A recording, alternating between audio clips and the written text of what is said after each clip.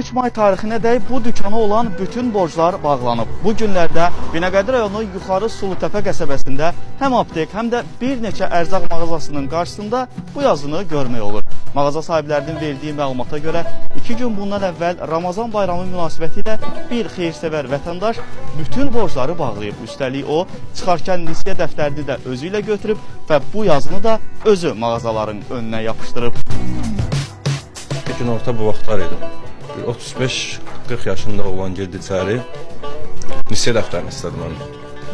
Dedim, nisiyə dəftərini sən dedi, hesabla deməni. Qəribə gəldi, nəsə açdım dəftəri, 600 manat yaxın borc var idi. 700 manat atdı bütün pulu.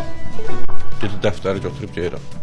Mən də qardaşın 200 manatını qaytardım, 500 manatını götürdüm. Birinci dedi, nisiyə verərsən, dedim, hə, nəsini götür. Dedi, nisiyə dəftərim var. Çıxartdım dəftəri, dedi, hesabla dəftəri bağlayacağım. Hesabladım, dəftəri 1500 manat pul oldu. Hamısını ödədi, dəftəri də apardı. Adını dedim kim? Yox, adını 2 dəfə soruşdum, demədi adını. Obyekt sahibləri bildirir ki, uzun illərdir nisiyə mal versələr də, belə bir halla ilk dəfədir ki, qarşılaşırlar. Hətta bağlanan borclar arasında illərdir ödənilməyənlər də olub. Vallahi elə gözlərimə inanmadım. Allah'ın da olsun, gözlərimə inanmadım ki, belə bir insan bugünkü gün üçün gəldi, cəmaatın borcunu bağladı. Ona çox təşəkkür edirəm ki, halal olsun oğlan. Var, Azərbaycanda elə qeyrətli oğlanlar çox.